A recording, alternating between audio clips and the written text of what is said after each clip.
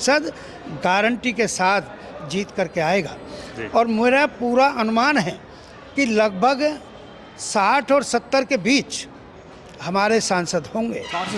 60 से 70 के बीच हमारे सांसद होंगे। तेलंगाना से लेकर के इधर कन्याकुमारी तक, कश्मीर से कन्याकुमारी तक और पुरी से लेकर के पोरबंदर तक, इस तरह का हम लोगों का रवैया बन चुका है और हम उसी तरह की तैयारी कर भी रहे हैं। तो यहाँ इस प्रेरणा केंद्र से तमाम बहुजन समाज के लोग कौन सी प्रेरणा लेते हैं? वह घर में जाके बैठ जाते हैं, अपनी टीवी और बीबी में मस्त हो जाते हैं। जिस मिशन मूवमेंट को माननीय काशीराम साहब यहाँ तक खींच के लाए थे, उस मिशन मूवमेंट से लोग भटक गए हैं। बल्कि नेता की अगर बात करते हैं तो बहन जी मुझे लगता है कि सही तरीके से काम कर रही हैं। जिनको पद अधिकारी बना दिया जाता है वह अपने पद में बैठ जाते हैं, गाड़ियों में बैठ जाते हैं, गाड़ियों में सिर्फ मीटिंग लेने जाते हैं, 2-2 घंटे मीटिंग में लेट पहुँचते हैं। किस तरीके से मिशन मूवमेंट आगे बढ़ेगा, ज़मीनी स्तर पर कार्य नज़र नहीं आता। आप भी एक पदाधिकारी हैं, लेकिन क्या मैं बात दुरुस्त बोल रहा हूं या नहीं बोल रहा हूं? क्योंकि तमाम जो देश के लोग हैं और बहुजन समाज के जितने भी कार्यकर्ता हैं, सह सिपाही हैं, वह आज इस बात से दुखी हैं कि लोग हमसे आकर मिलते नहीं हैं। क्या कहना चाहेंगे, किस तरीके से मिशन मूवमेंट आगे बढ़ेगा, वह बताएँ। जो ये चिंता है वाजिब है और उसमें कुछ परसेंटेज हकीकत नज़र आती है।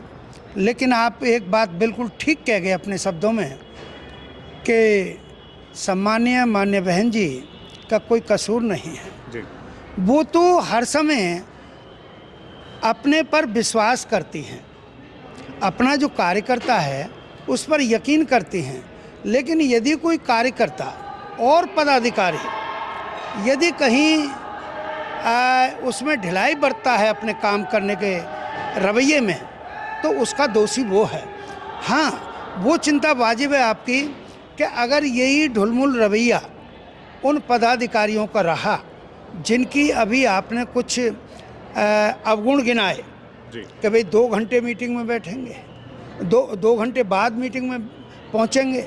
अब जो वहाँ हमारा समर्थक, शुभचिंतक और समाज का हितैषी और बसपा की विचारधारा का चाहने वाला अगर वहाँ पर बैठा है और 2 घंटे वो वैसे ही बैठा रहे, तो उसकी मानसिकता नकारात्मक हो जाएगी जी। तो उससे घाटा होता है। कैसे बनेगी 2024 में सरकार? लगातार आप चिल्ला के सभी मंचों से, सभी टीवी प्लेटफॉर्मों से बोल रहे हैं, किस तरीके से, कौन सा ग्रास रूट है वो बताएं। देखिएगा, जो अभी आपने मेरे से सवाल किया, 2024 का सरकार अगर हम सीधी न बना सके तो मजबूर तो कर देंगे। वो क्यों?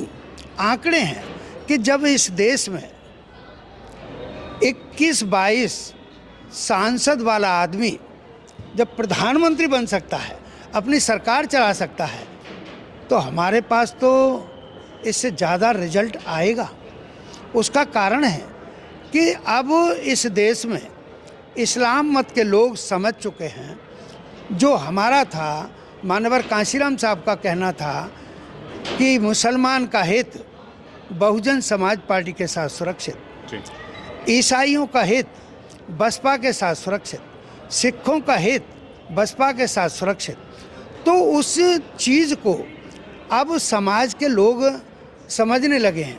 और जहाँ जहाँ पर दलित और दलित में भी विशेषकर अनुसूचित जाति के लोग और उनमें भी विशेषकर जिस जाति का वोट 12, 13, 14% के आसपास स्थायी रूप में है और वो हमारा वोटर है, तो वे लोग अब आपस में मिलकर के उधर दलित समाज और उधर अल्पसंख्यक लोग, बौद्ध हमारे साथ हैं, क्रिश्चियनिटी के लोग समझ गए इस देश में उनके साथ भी कोई अच्छा व्यवहार नहीं हो रहा है।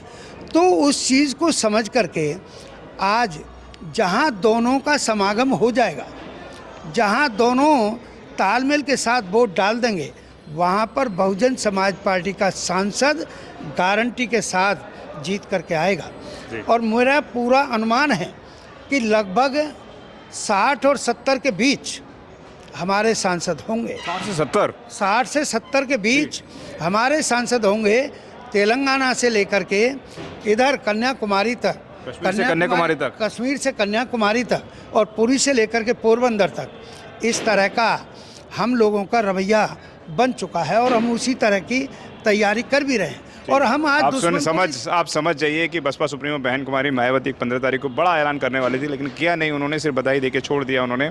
लेकिन कहीं ना कहीं सूत्रों से पता चलता है कि जैसे कि सुरेश चंद्रा जी ने बताया कि कश्मीर से लेकर कन्याकुमारी तक बड़े आकलन देखने को मिलने वाले हैं, बड़े अनुमान लगाए जा रहे हैं और बड़ी कयास लगाई जा रही है। 2024 के अंदर एक बड़े नतीजे देखने को मिलेंगे। बहुत बहुत धन्यवाद आपका जो आपने इस अहम मुद्दे पर हमारे साथ बात करी। आज हम आपके लिए लेकर आए हैं बहुजन समाज की एक ऐसी किताब, कहीं हम भूल ना जाएं, एक ऐसी ऐतिहासिक किताब है जिसके अंदर आपको ऑडियो वीडियो देखने को मिलना है। ये पहली बहुजन समाज की ऐतिहासिक किताब है जिसके अंदर आप वीडियो भी देख सकते हैं। आप किताब के अंदर कैसे वीडियो देख सकते हैं ये मैं आपको पहले दिखा दूं। आइए तो हम देखते हैं। सबसे पहले आपने करना ये काम है कि किसी भी पेज पर मोबाइल द्वारा आप गूगल पे जाएंगे और गूगल पे जाने के बाद आपको कैमरे का निशान नजर आता है। इस कैमरे पे आप क्लिक करेंगे तो ये QR कोड को स्कैन कर लेगा। स्कैन करने के बाद यहाँ पर आप देखेंगे ये लिंक आ गया। आप जैसे लिंक पर क्लिक करेंगे आपकी वीडियो चालू हो जाएगी, यानी कि आपको एक सटीक जानकारी मिलने वाली है, एक ऑथेंटिक जानकारी मिलने वाली है।